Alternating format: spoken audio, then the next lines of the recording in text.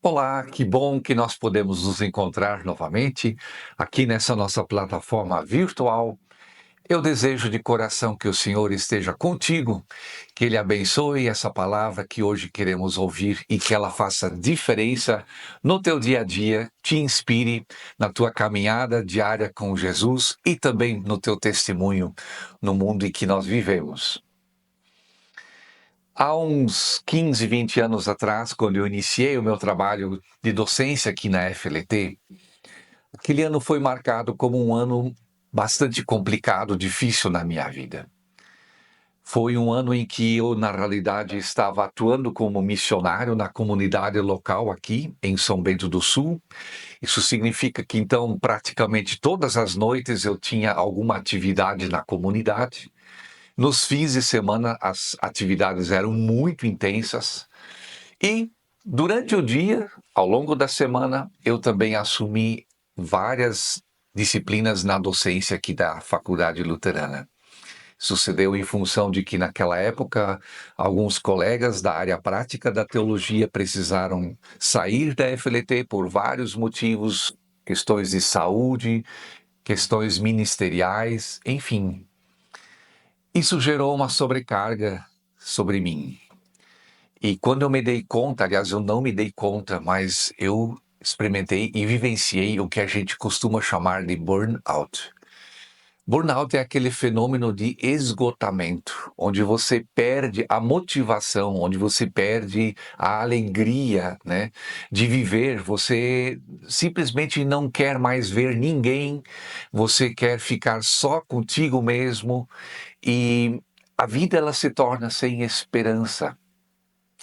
Foram dias difíceis, esses dias em que aqui eu iniciei o meu trabalho e eu lembro que eu precisei parar, eu precisei desacelerar, eu precisei de fato mudar foco do meu trabalho e da minha vida para de novo recuperar as forças.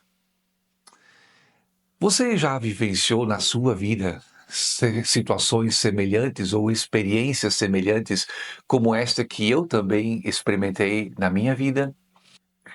Também eu imagino que você, talvez, no seu ambiente de trabalho no qual você está inserido, muitas vezes o ambiente de trabalho também ele acaba gerando esse sentimento de dificuldades a tal ponto que às vezes a gente fica doente. Isso pode acontecer porque você precisa, por exemplo, trabalhar por longos períodos sob um estresse intenso, né? Então, ter que lidar constantemente com situações de exigências, de sobrecarga, que acabam estressando o nosso corpo e também a nossa mente. E quando a gente é atingido, quando a gente então alcança uma situação limítrofe, o nosso corpo, entre aspas, desliga. Interessante que ele o faz justamente para preservar energia e não por último para preservar a nossa própria vida. Ou às vezes são relacionamentos difíceis e complicados, seja no ambiente de trabalho ou inclusive às vezes dentro da nossa própria casa. E também esses relacionamentos complicados podem fazer a gente adoecer. Nem sempre é fácil, nem sempre é simples nos relacionarmos com pessoas. Pessoas, às vezes, podem ser muito complicadas. E por conta disso, também os nossos relacionamentos se tornam complexos.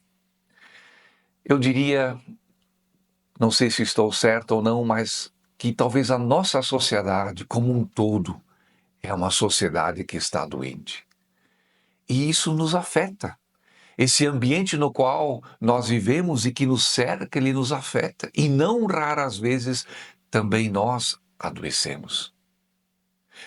Inclusive, de forma paradoxal, eu diria que também a igreja, ela pode se tornar um lugar que deixa muitas vezes as pessoas doentes. Ao invés de ser um lugar de cuidado, de cura, pessoas ficam doentes. Isso acontece porque na igreja continuamos sendo pessoas marcadas pelo pecado. A realidade do pecado não foi extinta ou extinguida, e por vezes nos comportamos de forma mesquinha, egoísta, resistente e julgadora. E com isso nós machucamos os nossos irmãos e irmãs na fé, através de palavras, da nossa falta de sensibilidade, quando nos falta amor, compaixão. Você conhece situações assim em sua vida?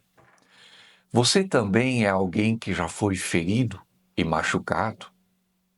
Talvez também você se encontra, ou talvez você se encontra na outra ponta e você feriu alguém, né? Você machucou alguém outro com as suas palavras e as suas atitudes. Como você, como eu, como é que nós lidamos com tudo isso? O que é que nós fazemos com as nossas feridas da alma, né? E que perspectivas há para nós quando a alma está machucada, quando o coração está apertado e quando a angústia toma conta, quando o amanhã não traz a marca da esperança?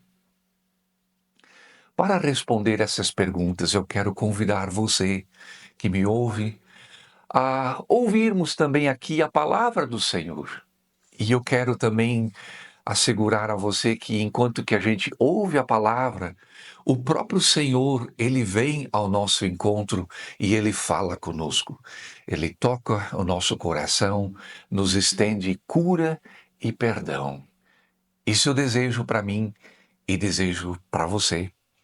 Abra sua Bíblia na carta do apóstolo Tiago, lá no final da Bíblia, pouco antes do livro de Apocalipse, capítulo 5, e eu quero ler os versos 13 até 16. Diz assim a palavra do Senhor,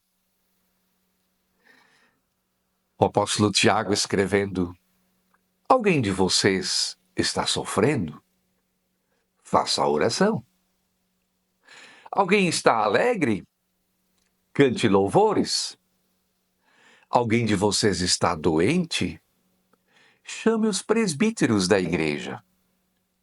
E estes façam oração sobre ele, ou seja, sobre o doente, ungindo-o com óleo em nome do Senhor. E a oração da fé salvará o enfermo. E o Senhor o levantará. E, se houver cometido pecados, estes lhe serão perdoados. Portanto, confessem os seus pecados uns aos outros e orem uns pelos outros para que vocês sejam curados.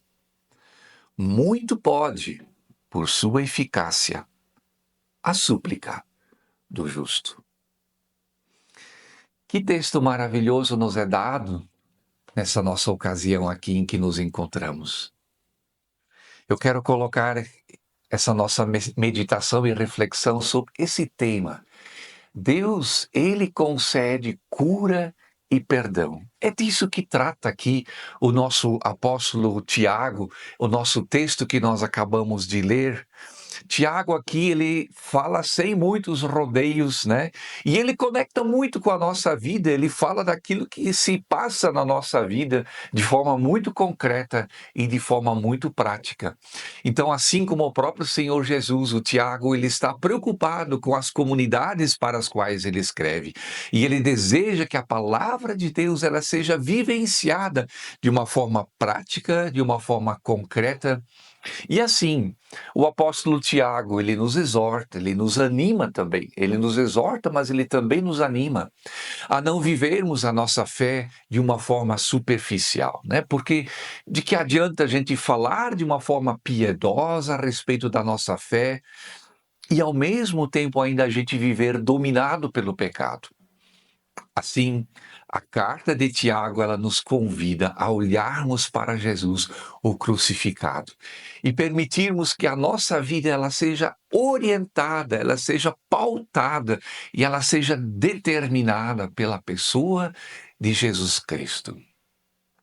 O apóstolo Tiago, ele aqui tem plena consciência que a nossa vida, que o nosso dia a dia, ele precisa ser vivido nessa perspectiva de Jesus Cristo. É como se a gente tivesse que usar um óculo na nossa vida, no nosso dia a dia, né? Então você não olha para a vida de uma forma direta, mas você olha para a vida através de um óculo que se chama Jesus Cristo. E a pergunta que fica é: o que é que muda na minha vida? Que diferença faz quando a rotina do meu dia a dia ela é percebida na perspectiva, ou seja, através da lente de Jesus Cristo? O que é que muda na minha, na sua vida, quando agora, por exemplo, o nosso ambiente de trabalho, com todas as suas exigências, seu estresse, são percebidos na perspectiva de Jesus Cristo? O que é que muda na minha, na sua vida, quando nossos relacionamentos agora são orientados ou determinados, inclusive, pela presença de Jesus entre nós? Então, em outras palavras, que recursos são colocados à sua disposição, à minha disposição? O que é que me é dado através da pessoa de Jesus Cristo para que eu possa então agora lidar corretamente? Sim, com o meu estresse, com as pessoas que muitas vezes não são simpáticas, com as minhas dores, com as minhas feridas, com aquilo que vai na minha e na sua alma. Acompanhe comigo, porque nesse texto que nós acabamos de ler, o apóstolo Tiago, ele nos apresenta três perspectivas que eu quero também compartilhar com você. Deus concede cura e perdão. E a pergunta é como isso acontece na nossa vida? Como essa cura e esse perdão se realizam, se concretizam? E a primeira resposta que é: você, no seu dia a dia, na sua rotina, não está sozinho. Mas você foi colocado para dentro da comunhão dos santos, para dentro do corpo de Cristo. E, portanto, você pode pedir ajuda. Acompanhe comigo aqui o versículo 13 do nosso texto. Tiago diz: alguém de vocês está sofrendo? E a resposta dele é: faça oração. O sofrimento ao qual o apóstolo Tiago aqui se refere, o que ele tem em mente, na realidade se refere a essas ocasiões da nossa rotina, do nosso dia a dia, quando as coisas simplesmente não dão certo. Você já vivenciou isso na sua vida, aqueles dias onde parece que nada dá certo? Na prática, você experimenta uma série de contratempos. São aqueles infortúnios pessoais que muitas vezes então geram aborrecimentos e muitas vezes nos deixam de mau humor. É disso que o apóstolo Tiago aqui está tratando. E ele está dizendo que diante de contratempos, diante de aborrecimentos, a recomendação dele é muito simples. Ore. Traga isso diante de Deus. Exponha essa situação de aborrecimento, enfim, de contratempos. Exponha isso diante do teu Pai Celeste. Em outras palavras, o que o apóstolo Tiago está nos sugerindo, coloque os seus óculos. Encare essa situação, a sua situação, na perspectiva de Jesus Cristo. Portanto, não olhe em primeiro lugar para o seu problema, para o seu contratempo que você teve, para o seu aborrecimento, mas olhe para Jesus. E eu entendo que esse nosso olhar é outro quando a gente então aprende a ver a vida na perspectiva de Jesus Cristo. Um exemplo bem prático do que isso significa nos é relatado, por exemplo, em Atos capítulo 16, especificamente o verso 25. Paulo e Silas aqui se encontravam na prisão em Filipos, e foram presos sem julgamento. E foram presos simplesmente porque a pregação do evangelho incomodou ou não agradou a algumas das lideranças ali da cidade. E de repente o ministério deles é interrompido. Eles são jogados no cárcere. Contratempos, aborrecimentos. E o que é que Paulo e Silas fazem? O texto diz literalmente, eles oram. Eles trazem diante de Deus a sua situação e ao invés de resignarem, de reclamarem, ao invés de ficarem de mau humor, eles cantam louvores a Deus. E é exatamente assim que também continua o verso 13. O apóstolo Tiago está perguntando na sequência: alguém está alegre? Pois que cante louvores. Estar alegre aqui na expressão do apóstolo Tiago, ele denota a ideia de estar com bom humor. Quer dizer, a vida está leve, né? A vida está legal, não tem contratempos, está numa boa. E nessas horas, ele nos anima e convida a louvarmos. O que é louvar? Louvar aqui tem uma breve conexão também no sentido do apóstolo Tiago com a palavra adoração. É um louvor que tem a ideia de se prostrar diante de alguém, de adorar. Então perceba novamente que também aqui, quando tudo está bem, quando a vida está legal, quando a vida está leve, eu sou convidado a louvar, a adorar. E adorar, reverenciar ao próprio Jesus não é outra coisa que senão perceber também essa situação na perspectiva de Jesus Cristo. Ou seja, eu de novo coloco também as lentes de Jesus e reconheço aqui que é Ele que me abençoa e por isso eu reconheço que essa situação é dádiva de Deus, né? Se eu vou bem, isso é dádiva de Deus e eu agradeço e eu também adoro. E o apóstolo Tiago continua no verso 14, dizendo agora na terceira frase: está alguém entre vocês doente? Pois que chame os presbíteros da igreja. A expressão estar doente aqui é literalmente ficar fraco, é se sentir cansado, mas que também envolve, então, por consequência, muitas vezes a enfermidade no corpo. Perceba que o apóstolo Tiago está se referindo aqui àquilo que a gente chama de enfermidades psicossomáticas. São muitas vezes enfermidades geradas por conta de estresse ou coisas da alma, coisas do coração, mas que se desdobram, que têm implicações também sobre o nosso corpo. Seja o coração, seja muitas vezes a gastrite, seja a dor de cabeça e a enxaqueca e assim por diante. E a recomendação do apóstolo Tiago é que a gente chame os presbíteros. A ideia aqui de chamar significa que a pessoa que está passando por sofrimentos e enfermidade, ela se torna ativa, ela precisa ser proativa, ela precisa desenvolver uma disposição interior para chamar, para buscar, para procurar ajuda. Eu compreendo e eu entendo que quando a gente fica enfermo, enfermidade significa muitas vezes tempos de solidão. E às vezes a gente inclusive fica muito decepcionado, até com a comunidade, né? Porque antes de a gente ficar enfermo, a gente era um membro ativo e muito engajado na comunidade, sempre participando, sempre presente, mas agora a gente está doente, precisa ficar em casa e a gente experimenta solidão. O pastor não vem nos visitar, as pessoas da comunidade parece que se esqueceram de nós. O conselho, ou né, a palavra do apóstolo Tiago é: não resigne, né? Chame alguém, não fique resignado, pegue o telefone, ligue para alguém, chame, e não só o pastor, mas chame os líderes da tua igreja, da tua comunidade. Em outras palavras, por trás da palavra presbíteros, né, está a ideia de chamar por pessoas que são maduras na fé, pessoas que já têm uma caminhada, pessoas de confiança.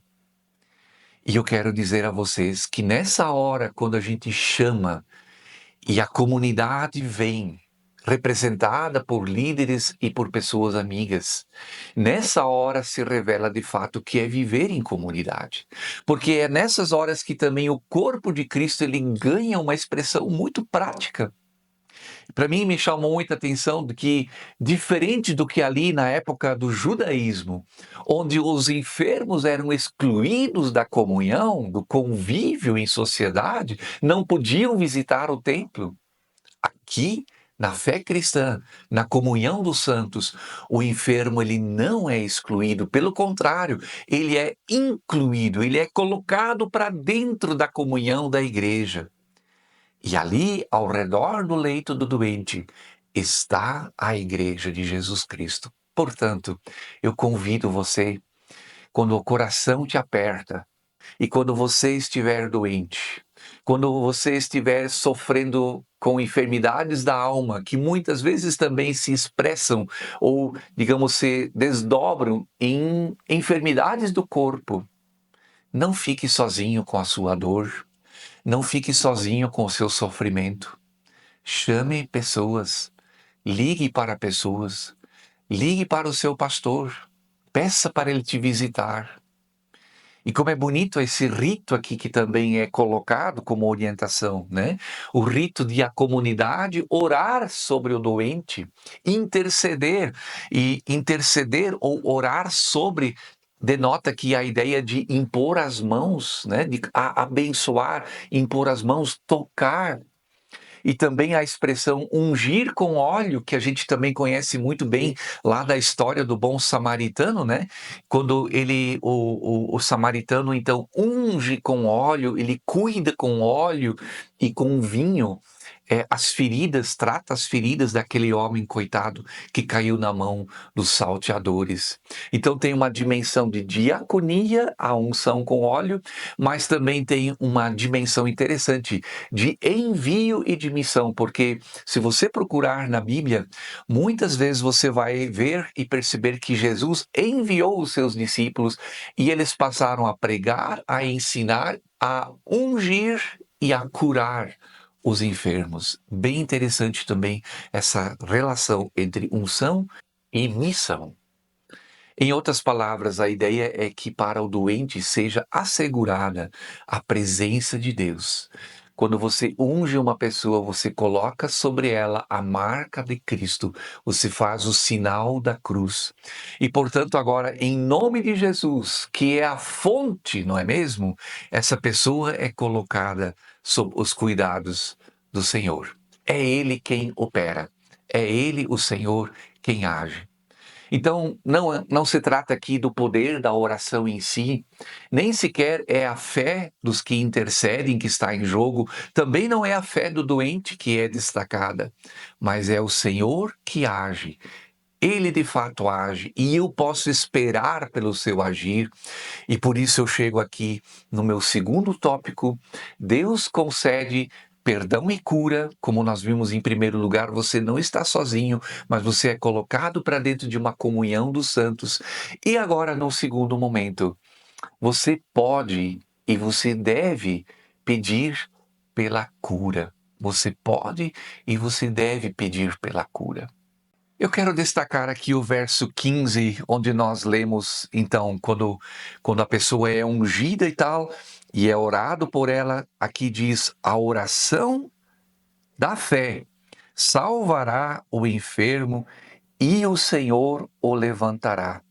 E, se houver cometido pecados, estes lhes serão perdoados. A palavra estar enfermo aqui, no verso 15, é um pouco mais intenso do que lá no início, no verso 14, como nós lemos. Enfermo aqui denota a ideia de alguém que está cansado, de alguém que realmente está, às vezes, no limiar da vida. A gente poderia usar a palavra aqui, alguém que está moribundo, que está prestes a falecer.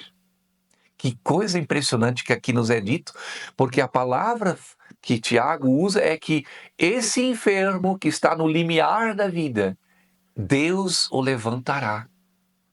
E esse verbo ele é usado de uma forma passiva, justamente para denotar muito claramente que é Deus quem age e é o doente quem sofre o agir de Deus sobre a sua vida.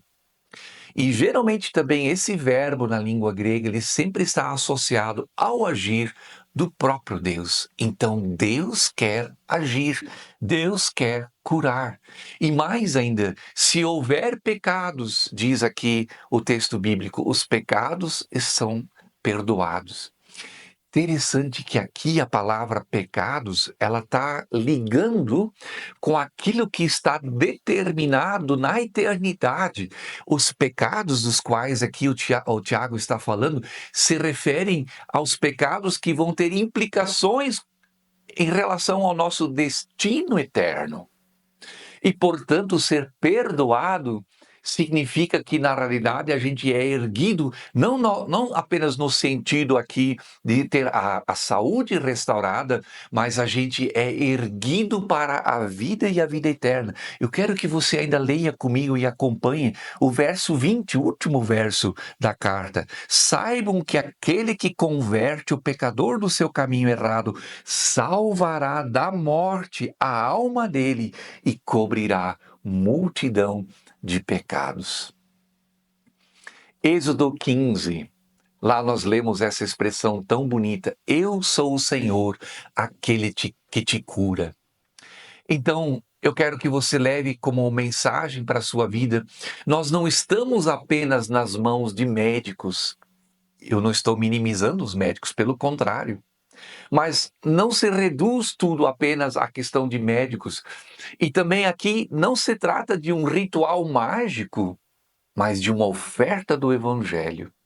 Porque o doente ele pode ser ungido, e aqui a gente é lembrado do Salmo 23, diante de cenários ou de vales de sombra e de morte, ou na presença dos nossos inimigos. Tu, Senhor, tu me unges, tu cuidas de mim. Enfermidade, é verdade, é tempo de provação.